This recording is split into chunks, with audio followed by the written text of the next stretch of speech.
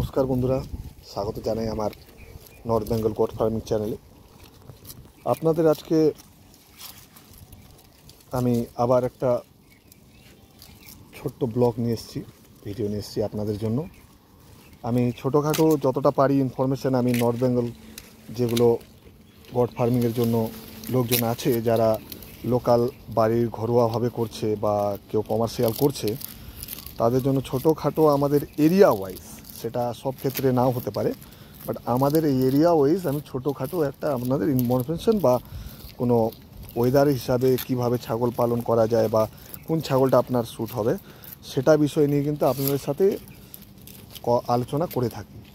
তো যাদের যাদের ভিডিওটা ভালো লাগবে বা মনে হবে যে না এটা কিছুটা আমার হেল্পফুল হতে পারে, তো নিশ্চয়ই আপনারা কমেন্ট করবেন আর কমেন্টে জানাবেন যে না এই ব্যাপারটা ঠিক আছে। কারণ অনেক ক্ষেত্রে হতে পারে যে আমিও কিছু হয়তো ভুলভাল কথা বলে থাকতে পারি, যে আপনাদের মনে হতে যে না এই কথাটা যেটা বলেছে সেটা ভুল প্রমাণিত হবে। তো সেক্ষেত্রে আপনারা আমাদের জানাবেন যে কোন কথাটা আমার এক্ষেত্রে সঠিক নয়। কারণ অনেকেই আমরা চাই যে আমরা ছাগল পালন করব, আর দার্জিলিং ডিস্ট্রিক্ট যেটা বিশেষত গরমের দিনেও টেম্পারেচার একটু কমই থাকে, তো সেক্ষেত্রে এখানে ছাগল পালন করব বাইরের ছাগল এনে, তো সেটা আমাদের খুব সাকসেস হয়ে যাবে বা একবার এই হবে, তো এমনটা কিন্তু না। আপনারা দেখতে পাচ্ছেন দুটো আমার ব্রিডার রয়েছে যাদের সাইজ খুব সুন্দর হয়েছে এখানে। এর কারণ হচ্ছে এদের দেখাশোনা করা, এদের পরিচর্যা করা।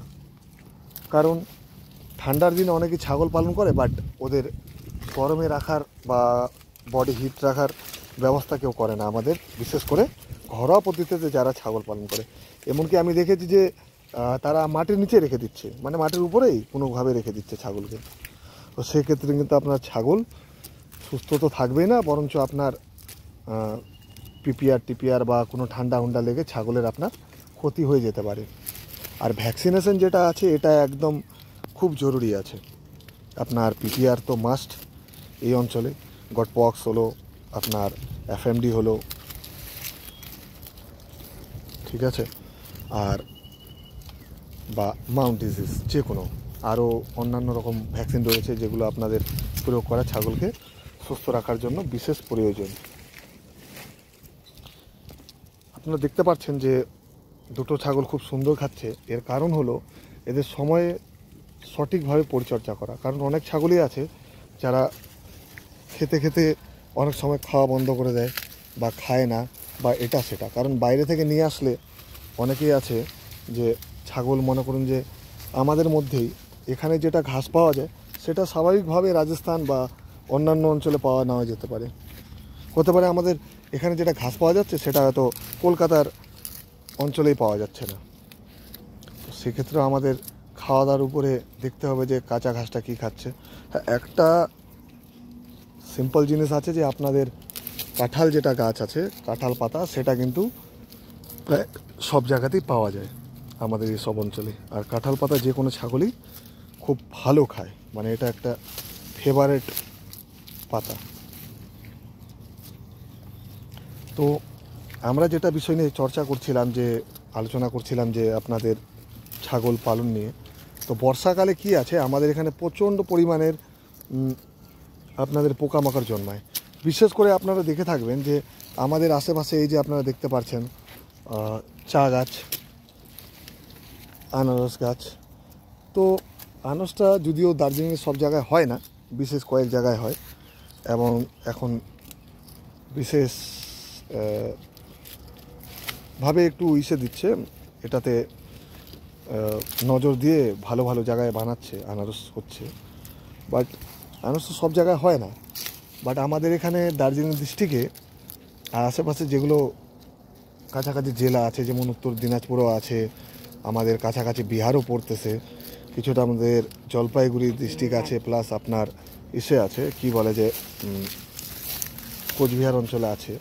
এসব এরিয়াতে কোচবিহারটা আর জলপাইগুড়িটা একটু এফেক্টেড, কারণ জলপাইগুড়ি একটু পাহাড় এরিয়া আছে। তো এখানে কি আছে, ওয়েদারটা আমাদের যেমন চেঞ্জ হয় তেমনি আমাদের এখানে আরেকটা বিশেষ ব্যাপার হচ্ছে যে আশেপাশে প্রচুর পরিমাণে চা বাগান। চা বাগানে কিন্তু বিভিন্ন রকমের আমাদের কীটনাশক ইউজ করা হয়, বিভিন্ন রকমের। তো সেই কীটনাশকের ফলে কি হয় যে পোকামাকড়ে হয়তো যেখানে কীটনাশক ইউজ হয় না, যেমন ঘাস যেখানে উৎপাদন হয় আশেপাশের জায়গাগুলোতে বাগানের বা বাইরে কোথাও, কিন্তু সেই পোকামাকড়গুলো গিয়ে বসত শুরু করে। আর সেই আপনার বর্ষাকালে যখন ছাগলগুলো খেতে বেরোয় তখন কিন্তু সেই পোকামাকড় সেই ঘাসের সাথে কিন্তু পেটে চলে যায়, যেটা থেকে কিন্তু আপনার ফুড ডিজিজ শুরু হয়ে যায় পেটের মধ্যে। তখন দেখবেন পাতলা পায়খানা, এটা ওটা শুরু হতে হতে আপনার ছাগলে কিন্তু পিপিআর খাওয়া শুরু করে দেবে। তো পিপিআর ভ্যাকসিনটা করা বর্ষার আগে খুবই দরকার। এখন কিছু লিকুইড ওষুধও বেরিয়েছে, সেটা আছে আপনারা বাজারে বা মার্কেটে খোঁজ করলে আপনার পেয়ে যাবেন, ওষুধের দোকানে যেখানে পশু ওষুধ পাওয়া যায় অ্যানিম্যাল ডক্টরদের কাছে। আর এর সঙ্গে বলে রাখি, আশেপাশে যেটা আপনাদের মানে অ্যানিম্যাল হসপিটাল আছে, যেটার সাথে আপনাদের একটু যুক্ত থাকতেই হবে। তার কারণ কি, অনেক কিছুই আছে যেরকম ওষুধ খাওয়ানোর নিয়মাবলী বা কোন সময় কোন রোগটা আসে বা কোন রোগটা কিভাবে প্রতিরোধ করা যায়, সেটার জন্য কিন্তু ডাক্তারবাবু পরামর্শ অবশ্যই দরকার। আর আপনারা যেটা দার্জিলিং ডিস্ট্রিক্টে আছে, বিশেষ করে এদের ঠান্ডা লাগা থেকে ছাগলকে একদম বাঁচাতে হবে। কারণ আপনারা যারা দার্জিলিং থেকে দেখছেন আমার দার্জিলিং ডিস্ট্রিক্ট পুরোটাই, আপনারা দেখবেন আমাদের রাত 12টা-1টার পরে প্রচণ্ড গরম ছাড়া আপনাদের 2-3 মাস ছাড়া হঠাৎ করে ঠান্ডা হয়ে যায় রাত্রেবেলা। তো সেই দিকটাও কিন্তু লক্ষ্য রেখে ছাগলকে পালন করতে হবে, আদারওয়াইজ কিন্তু ছাগল আপনার খারাপ হওয়া শুরু করে দেবে আর আপনার এতে ফার্মের পুরোপুরি লসের দিকে এগিয়ে যাবে। আপনারা বিশেষ করে ক্রস ছাগলগুলো পালন করতে পারেন, যেমন বিটেলটাও এদিকে হয়, ভালো চাষ, রেজাল্টও ভালো আছে। আর এগুলো আপনারা যা দেখছেন সিরোহি বা তোতাপুরি, এগুলো আপনারা যারা এই ওয়েদারে সেট করা ছাগল আশেপাশে, সেখান থেকে সেই ফার্ম থেকে আপনারা তুলতে পারেন।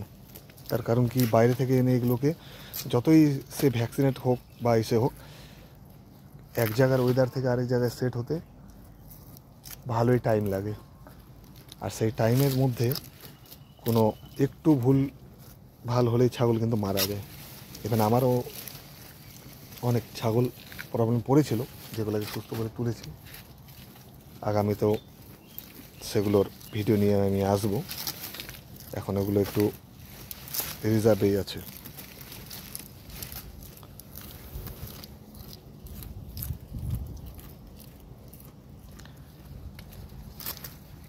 আমাদের এখানে সবুজ ঘাস পাতা প্রায় জায়গায় পাওয়া যায় এখনও অবধি। তো শহরাঞ্চলে তো একটু আলাদা ব্যাপার, কিন্তু আমাদের যেগুলো গ্রামের মধ্যেখানে আছে, তারা ঘরোয়াভাবে 10-12টা না করে কমার্শিয়াল হিসাবে তার চেয়ে তো বেশি সংখ্যা ছাগল পালন করতে পারে। কারণ এখানে একটা সবুজ ঘাসের যেটা যোগান আছে, সেটা ফ্রি অফ কস্টই আছে। তাছাড়াও আপনারা কিছু যেগুলো ঘাস আজকাল কিনতে পাওয়া যায়, অনলাইনে পেয়ে যাবেন, বা আশেপাশে কোনো নার্সারিতেও পাওয়া যায়, বললেই এনে দেয়। এইসব ঘাস লাগিয়ে কিন্তু আপনারা ছাগল পালন করতে পারেন।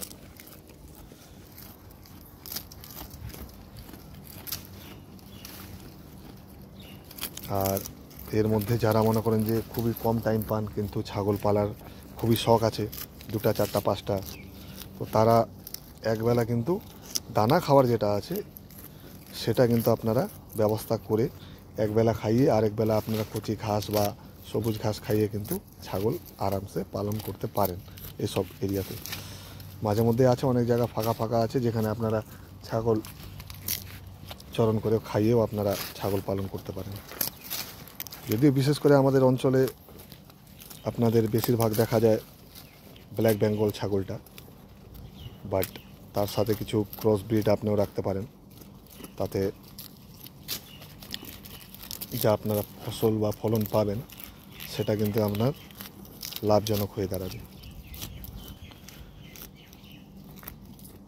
তো ধন্যবাদ সকলকে আমার চ্যানেলে যুক্ত থাকার জন্য। এরপরে আরও কিছু ইনফরমেশন, আপনাদের ভালো কিছু ভিডিও নিয়ে আবার আপনাদের সামনে আসবো। ততক্ষণে আপনারা সুস্থ থাকবেন, সুস্থ রাখবেন। ধন্যবাদ।